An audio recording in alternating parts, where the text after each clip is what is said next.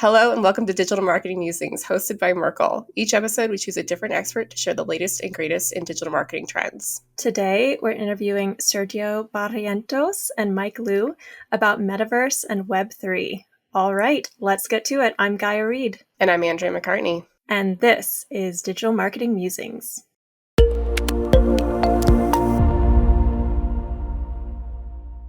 Welcome back to Digital Marketing Musings Season 2. Today, we're joined by Sergio and Mike to talk about the Metaverse and Web3. Sergio Barrientos is the SVP of Cultural Fluency at dentsu.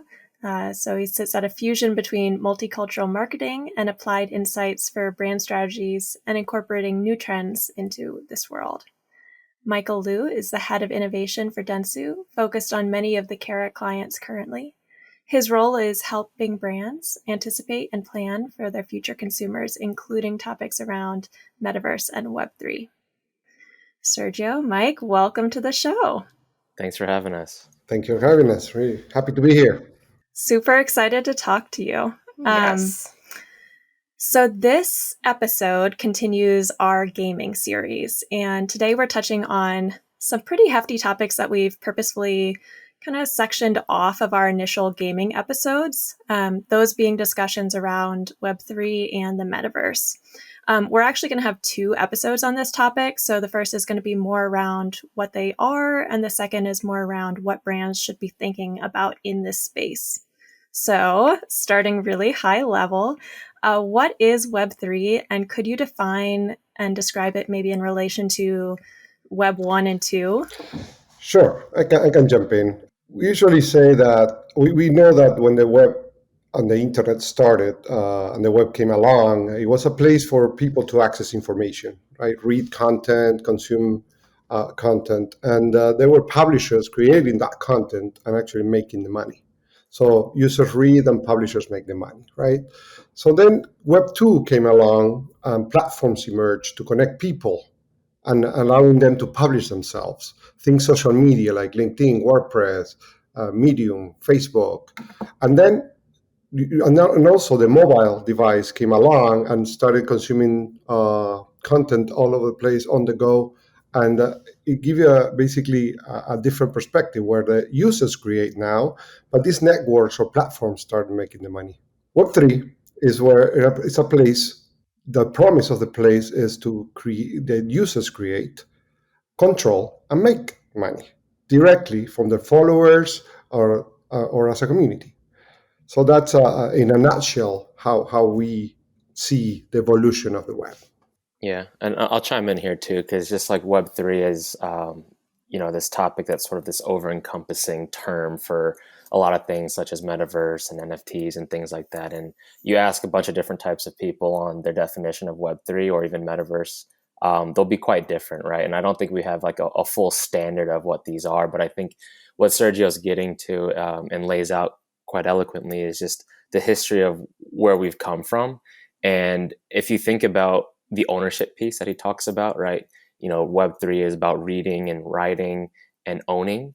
The reason why we have the own and why it's so paramount today is that we've been spending so much of our time in these digital spaces. And so as we start to do that, you can easily see the evolution and the progression to wanting to own digital goods. And to do that, you have to have an internet and you have to have a platform and a system and an ecosystem set up to allow for ownership, especially in something like the digital realm, where the digital realm is quite, has so much surplus, I should say. Like it's just so big. You can just create things in the digital realm quite easily. So if you want to own something and make it valuable and scarce, how do you do that? And I think that's where blockchain, this technology that we talk about as being the underpinning of Web3, is because blockchain inherently will make things scarce in the digital realm. Just the way that it's being mined and how it's being validated and things like that. Web3 is sort of like this over-encompassing term that might seem very broad and very, nebulous, but in a sense, it's more so this new internet where we'll be able to own digital assets and own our data and own our identities. And it's been on a place and built off the backbone of like blockchain technology. So I don't know if that's like too deep or too technical, but I think that's sort of where our heads are at. And it's our job pretty much to try to distill this down for our brands and our clients to eventually be able to communicate better with consumers who are entering the space as well. And as a follow-up before we get into our other questions, one thing that you hear a lot in this space is like, well, we don't know exactly, like, like you were talking about, Mike, the definitions from person to person are going to vary kind of because like a lot of it doesn't exist yet. And so we're hypothesizing exactly what it's going to look like. Between these different terms or aspects of Web3 and the metaverse, NFTs, like blockchain exists, NFTs exist. Does Web3 exist? Does the metaverse exist? Like which pieces of it exist today and don't exist, just to set the context for the rest of the conversation? Oh my God, loaded question. I think they all exist, right? It's just in different forms. And the key word that you picked up on as Sergio was explaining Web3 is like the promise and the goal and the vision of Web3 is about ownership. And it's about all these different things of a decentralized system, a decentralized economy based off of trustless, permissionless things like the blockchain. So in essence, they all intertwine. However, separately, blockchains do exist, right? We see blockchains and you see the currency that comes off the back of it. You see applications come off of Ethereum and smart contracts. If you look at NFTs are enabled by blockchain technology. And then Web3 exists, again, when you think about ownership. And if that's your definition of what Web3, and that's sort of how I see it, and I believe Sergio sees it as well. And similarly, our network has our own perspective on it. It's quite aligned that ownership is a big piece of Web3. Digital ownership currently has to exist in a decentralized way on a blockchain. I'm sure there's a lot of people listening to this that might have argument about it. Would love to chat through it. I think this is something that we're always learning and always kind of seeing different perspectives. It's so new that the way that we're thinking about it today could be quite different by the time that this podcast releases. And that's the exciting part about it, but also the scary part of us being in this space and advising brands and large brands on how to experiment and how to get into this space, because nobody is a quote unquote guru or an expert yet, right? Like these things are changing. How are regulations going to change, this whole ecosystem and landscape, right? So if a regulation comes on, it's hard. Biden just released a statement about regulation on cryptocurrencies. So what happens when that's also done on blockchains across the world? So that will shift and shift our ways of how we think about it and approach it. But I think Sergio and I's role within the network, as well as many others in this space, are just sort of making sure that we're keeping tabs on it, on the evolution of it, on the adoption of it, the way that consumers are interacting with it. But to answer your point and your question in a very long-winded way, yes, they all exist. They're all real. It's just, at what stage are we in right now? We're definitely not at the promise of an interoperable metaverse, right? That we're many, many, many, many years away from that. But are we seeing little pockets of glimmers of hope of seeing what this could look like? Definitely yes, right? And so I think that's just like an interesting position to be in right now for us to be talking about it in this way. And just to chime in there, I think the key word is decentralization. That's the biggest movement, if you will, of what's going on. Because as I was saying, first the publishers, then the platforms, now it's decentralized. Basically, it's control over data and monetizations to everywhere, anywhere, and allows a direct relationship to transact, cutting intermediaries out of the equation, providing a lot of freedom to trade and transact, but also brings a lot of safety problems and risk. And that's when the decentralization brings the regulation as well. So if regulations are coming, what are they? And we don't know yet. And that some governments are starting to chime in, but big topic to come. That sounds like a future podcast episode. So as we've been talking here, it's kind of making me wonder, what are some of the potential changes that should be taking place in how companies are structuring their business models as they approach Web3? I know we've talked a lot from the individual user standpoint and kind of touched on what this could mean for businesses, but curious to get your take on that. I would say that there's no playbook yet, and the game plans that you've been using, it won't work. is not the Right. same. It's not a new touch point only for you, the brands and consumers. It's a whole new way of thinking.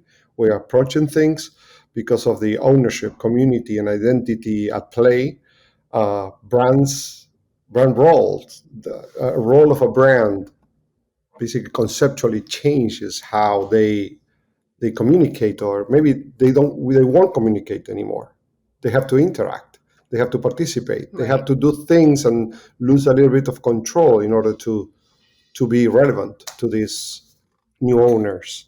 And maybe I'm sure it's a scary thought for many brand managers, like, oh God, no, I'm losing the control aspect. losing the control, but it depends how you do it, because you can provide Mm-hmm. playgrounds for them to play, like Nike is doing, or things like in loyalty programs where you can unlock things in real life by doing things on the metaverse, and vice versa.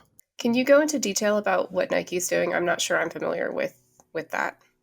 Nike bought some land in Decentraland, one of these metaverse virtual worlds, if you will, and on that playground, they built a playground on that land, on the virtual land. So when consumers go with their avatars into the virtual world, they can wear Nike gear that actually they bought another company called Artifact that they used to create and trade in the NFTs for sneakers, virtual sneakers, and now you can wear them and play games and do things with this gear in this place.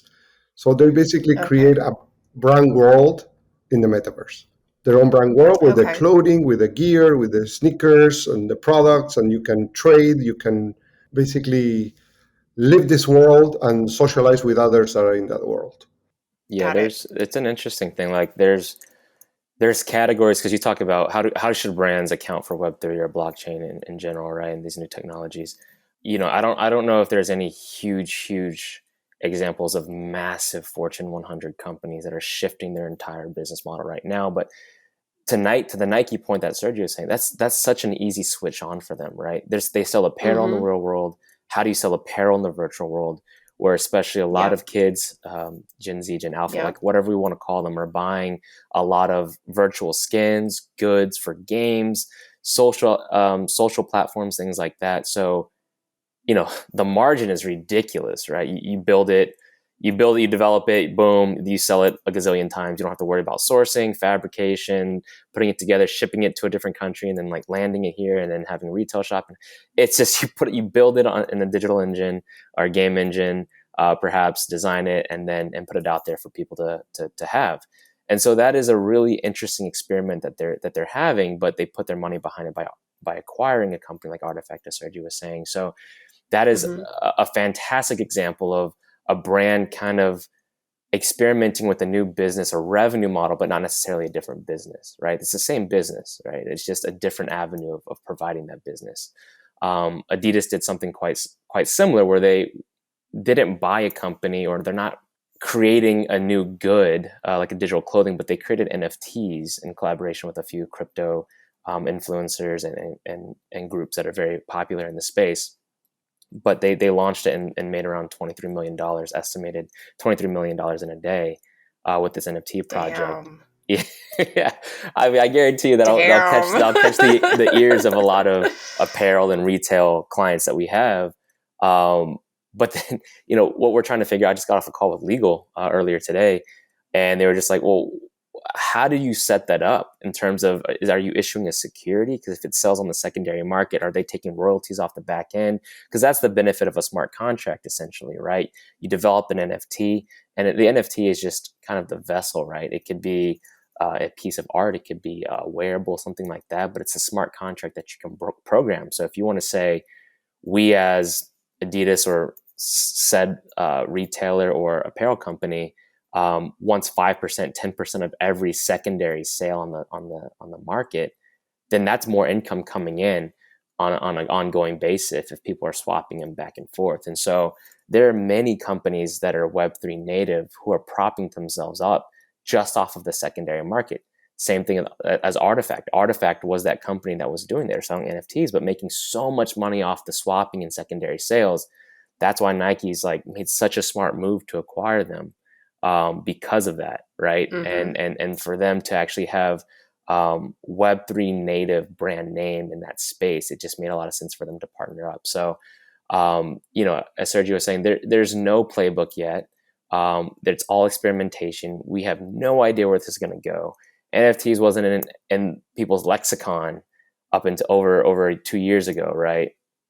At least in the masses. Yeah. And so we'll start to see how this evolves in the space, but it's exciting to at least experiment, and it's exciting at least to observe and ideate what a blockchain-based, decentralized, and or new revenue business model could emerge from this. Like we see this in the music industry too. I don't know if you've heard of a company called Royal, but Royal is trying to look at disrupting the music industry in general by paying artists through NFTs, or not. So artists getting paid through selling of NFTs. And so I was able to purchase one yesterday. It just so happened that I was lucky enough to be able to make the line, but I now own 0.007% of a Diplo song, right? And what that means is that, and it's the streaming royalties of a Diplo song, I should say, right?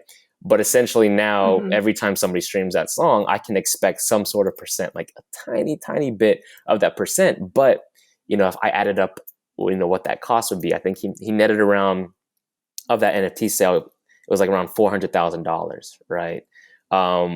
But he gets that up front, and at the same time, he wins.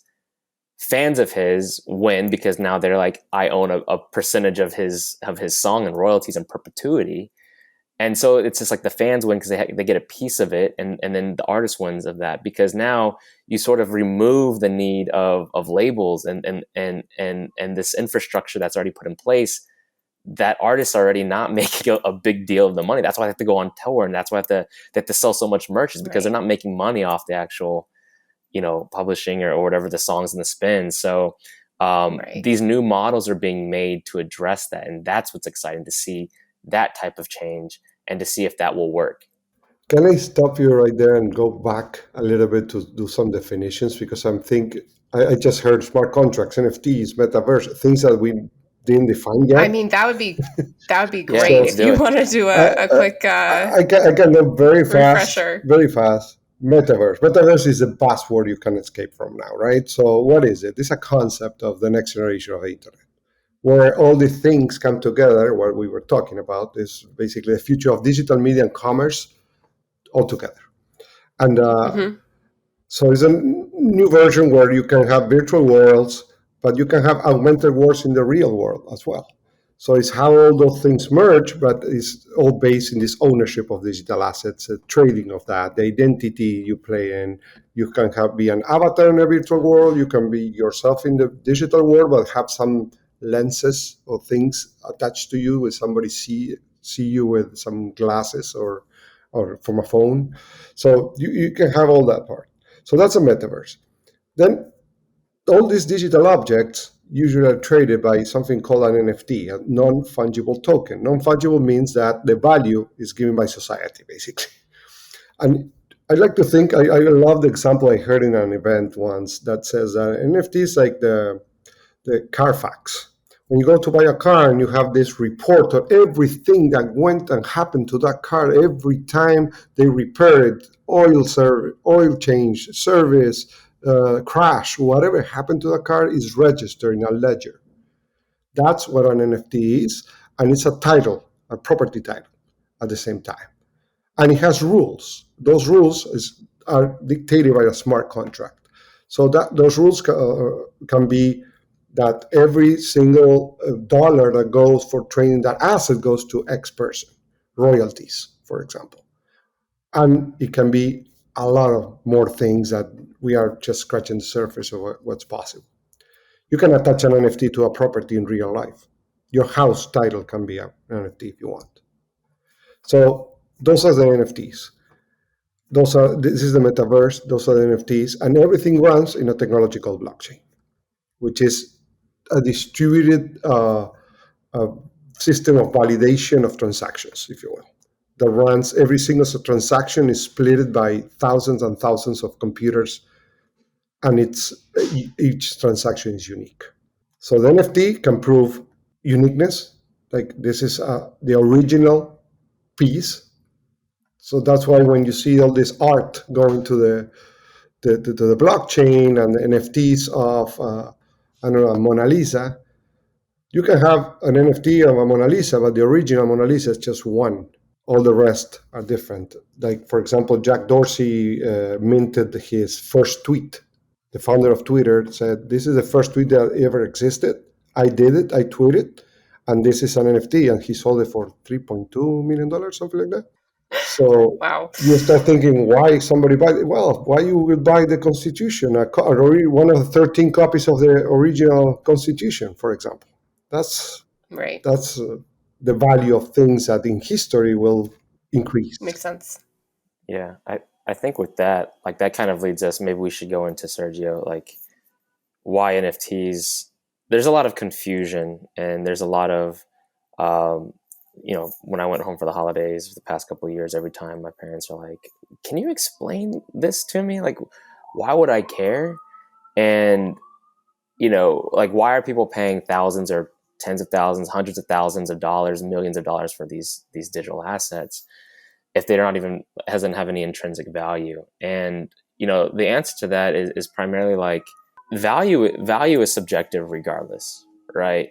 If you were to buy a shirt that's manufactured by the same factory from one brand, but you slap a high luxury logo on it and it's the same brand, or it's a different brand but the same shirt, I guarantee you that luxury brand will still garner a lot more value than the person who values it at maybe $1,000 shirt, whatever that is. It's the same concept here. When you have collectors who are collecting baseball cards, basketball cards, Pokemon cards, whatever that is, the intrinsic value is actually the piece of cardboard it was printed on. It might be a cent or two, right? But the value that's put on top of it is the story on top of it, the value that the memorabilia on top of it. And so, why somebody would pay for the first tweet is because that is a digital historical marker of this is something that changed the world. And so I want to own that piece. And it was actually created and minted by the owner and founder of Twitter. So there's validation to it. And so no matter if there's a million other versions of this NFT out there, everybody knows that those are fake and this is real because the blockchain says it's real. And the blockchain is a distributed ledger that nobody can ever change. So it's immutable, that will say this is the real one. So as any collector will say, it's like how value is in the eye of their beholder. And the same thing is akin to NFTs. And so that's like the easiest way that I've been able to explain it, or that I've read online as well, or spoken to people of talking about value being subjective and kind of comparing it to other collector mindsets of putting a dollar figure on something else that they might not be able to understand. I had an art teacher once who was like showing us different pieces of art, and they're not like famous ones, but they're like, how would you price this? Like, what is the price of this piece of art? And people are just throwing out different prices. And ultimately the answer they're going for is like, it's worth as much as someone's going to pay for it. Like At the end of the day, that's it. Exactly. And it feels like we're talking about this intersection of tech, art, and like history almost all wrapped up into one. And it's just like, well, it's the value of whatever someone's going to pay. Yeah. I mean, the tech is just the enabler of pointing to something of authenticity and scarcity, right? The same principle applies to the art, right? You could doodle on a piece of paper, but how would you know if it was actually from me versus Sergio, right? Because it's on a blockchain, the technology is pointing to the real one. That's why it's enabling that same concept. But yeah, it's circular, right? I'm talking about willingness to pay. You remember a couple of years back here in Miami, you have Art Basel, where a banana was stitched to a wall with silver tape, and that got bought by $300,000 or something like that. So taste is subjective. Very For true. sure. And so something that's been a very consistent theme, especially I would say like the last 6 months on our show and in digital marketing in general, is just all around consumer privacy. I feel like this is probably getting into the smart contract conversation, but so in this Web3 world where information is, very decentralized across this blockchain, as opposed to being held in like individual company servers, what exactly does this mean for the future of data privacy and data governance? Yeah, for me, that's nobody's talking about subject that could make or break deals and initiatives in this new world. Because if, as you decentralize, you eliminate a lot of regulations and processes that existed for a reason, right? Governance. So once that's gone, you will need some type of entity that can help to manage those data exchanges, some type of data intermediary, if you will, who could take on many forms, from digital agents or fiduciaries or trusts. Maybe AI can have a role here too. Yeah, I'll add to that, and this is a space that is quite murky in my eyes, and maybe that's just some more research I need to be doing. But given that this is on a blockchain, everything is transparent, everything is immutable, everything is authenticated. All the information and transaction history is out there. Like if I gave you my wallet address, you could look at everything that I've bought, right? My crypto wallet address. You can look at every single transaction, permissions I've given certain applications, NFTs I've purchased, NFTs that I've sold, how much money I've transferred from one wallet to another wallet. I would not advise you doing that, but like you can, right? And there's a lot of forensics that people can do to input wallet addresses and sort of see. And that's what the government does to kind of look at terror cells and trying to see if there's any black market stuff that's happening and to track down bad guys. But at the same time, it's anonymous, right? Until you can hook that anonymous string of address and wallet address to somebody, everything is anonymous, right? So the data can be out there, but it's not actually linked to somebody until that is somehow linked to somebody. A good benefit of privacy and a good benefit of data in this blockchain world is like there's this vision of, since our wallet is our identity, right? Things that I've done, things that I've purchased, that wallet is me, right? I can actually give permissions to apps. I can give permissions to publishers. I can give permissions to websites. I can give permissions to all these different things, but I can also revoke them. So if I want to say nobody can have my data or use my data, I can pull that right away. And so it's a standardization across that blockchain. So that's what's interesting about this space, that if there is data being used, but I give them permission to use it, I can also take that permission away. And that's not currently being done in a sophisticated way in the digital marketing landscape currently. But correct me if I'm wrong, y'all are the experts, but there's not one central area where a consumer can say, I opt out of this, and that, but I can opt into this, and that. Right. There's no dashboard of Michael Liu's data and say, oh, well, you know that I'm this age, but I don't want you to know that. Like, there's nothing like that. And I know there's platforms like Reclaim, formerly known as Killy, that's trying to do that. They're trying to get people to sign on to a blockchain-based permissions layer that allows me to get rewarded by the data that I allow people to use, right? And so that's pretty cool. It's a pretty ambitious project, and I'm rooting for them because I think that's beneficial for the entire ecosystem. I know Trade Desk has their own identity as well that they're rolling out too, but there's just nothing that's really adopted in that sense of permission-based data by the consumer. And so blockchain could potentially be an avenue to solve that. There's just currently the system is not, and the technology is not sophisticated enough to be able to do that at scale, because you have to have things transacted in milliseconds, right? You need to have things in really, really quick ways.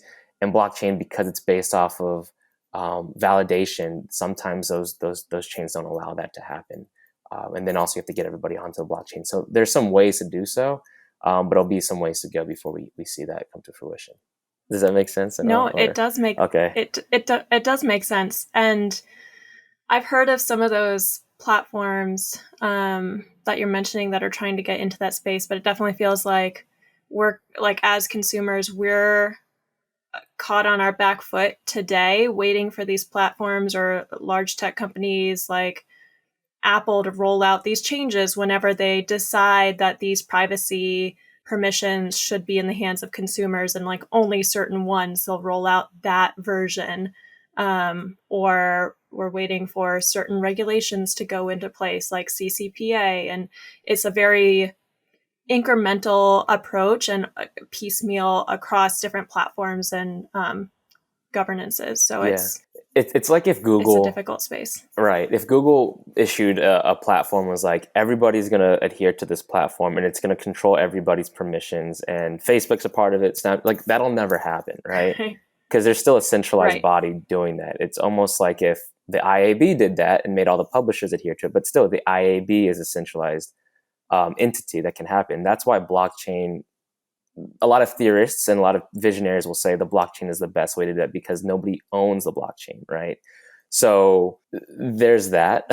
It's just like we're trying to figure out how this can work for our market and our industry in particular, which is a very difficult thing at this point. It's a little ironic, right? Because we are talking about decentralization, but then you have these venture capitalists forming these groups with these labs, launching platforms and metaverses and PFP collections and communities and things like they are decentralizing to build their own centralized way of doing things. So it's interesting. It's interesting how I don't think we're used to. We don't know how to manage such a power because that decentralization. But right now we are complaining because Facebook decides what and who can see our data. But when they give it to us, we don't know what to do with it or how to control it.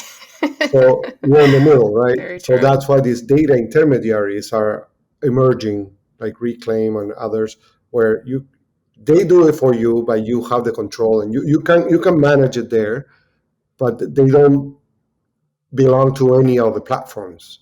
It's an agent for you to help you navigate the permissions through any platforms on your will.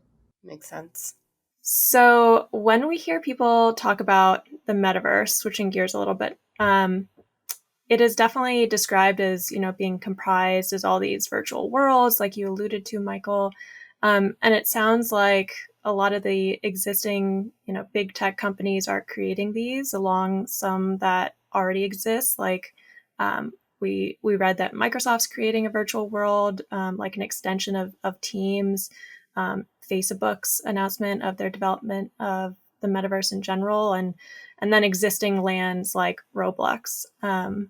So how will or could these individual worlds that all of the companies are creating separately in practice kind of like transition users from one to the next, not only in being able to like have your avatar go from one to the next, but also be able to transfer these goods or equity that you build from one world to the other?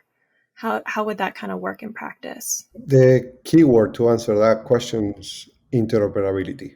Interoperability between those platforms, something that is lacking on Web 2, right? You cannot go from Facebook to Twitter, not even the same user.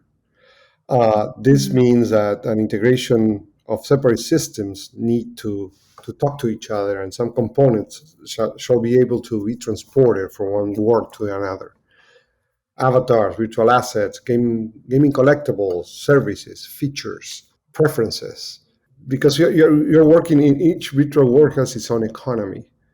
But the blockchain and the crypto world promise is that those economies, you can trade between economies. And that's how all these assets should be transportable, should be able to operate in one world and the other one. And in order to that to happen, we need new standards. Some type of standards that make assets portable. Like cryptocurrency. Cryptocurrency is portable right now. I can take Ethereum for here and go to the other place and use it, or maybe I need to swap it to another currency that it's allowed in that world. But there's a value exchange for every single thing, and it's portable from one to the other. They talk to each other. All the rest of the things are not yet.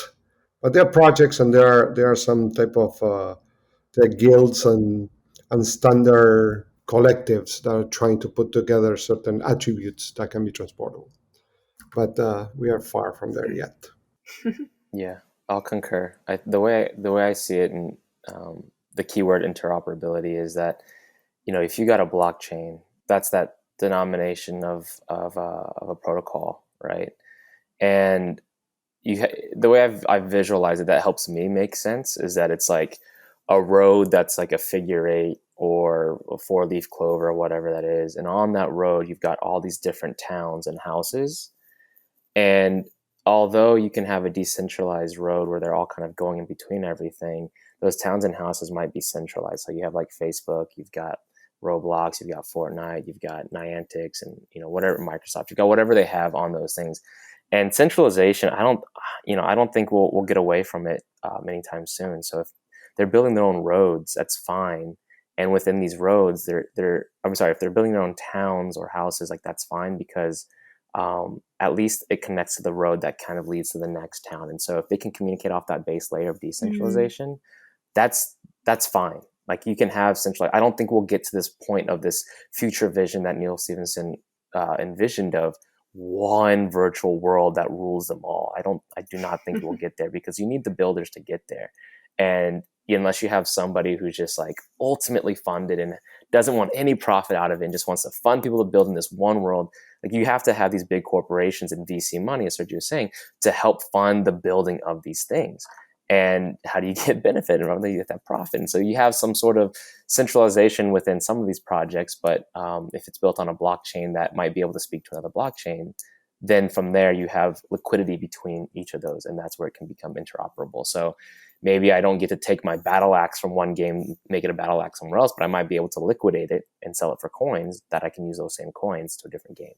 So I take it with me in a sense, but that sort of helped me visualize what interoperability could be in the future. A virtual pawn shop could be a really interesting business coming soon. Ooh. Yeah. Leave that axe. I give you this ETH. You go, you play, and come back, and let's see if you can get it back. That's funny. Business ideas, dropping ideas for everyone. I know, it's sort of like OpenSea, but lending in a sense, right? Like you're adding a lending element to a marketplace. You're onto something, Sergio. Let me join your team. I'll quit right now. I think so. Well, this is feeling like a good place to pause, because I do know we have another part 2 coming up where we dig into more details on all things Web3 and Metaverse related. But Sergio, Mike, in the meantime, thank you so much for joining us today. Super, super insightful. I've learned a lot. My head is still spinning a little bit, but excited for our part 2. Awesome. Thank you. Glad to be here. Thanks. This brings us to the end of this episode of Digital Marketing Musings. If you have an idea for an episode for our 2022 season, we would love to hear it. Just drop us a note at digitalmarketingmusings@merklink.com. And of course, don't forget to hit that subscribe button and rate and review us. It helps others find our show. And of course, please be sure to tell a friend. This episode was produced by Merkle with sound and video editing by Craig Zagurski. Our team includes copywriting by Melissa Riley, graphic design by Garrett Rubel, website support by Ted Lonzak, and social media and promotion by Gina Astrop and Andreah Ratner. Tune in over the next month as we continue our gaming series with episodes on gaming creative, NFTs, gaming for good, and many other topics. And until next time, I'm Andreah McCartney. And I'm Gaia Reed. Bye.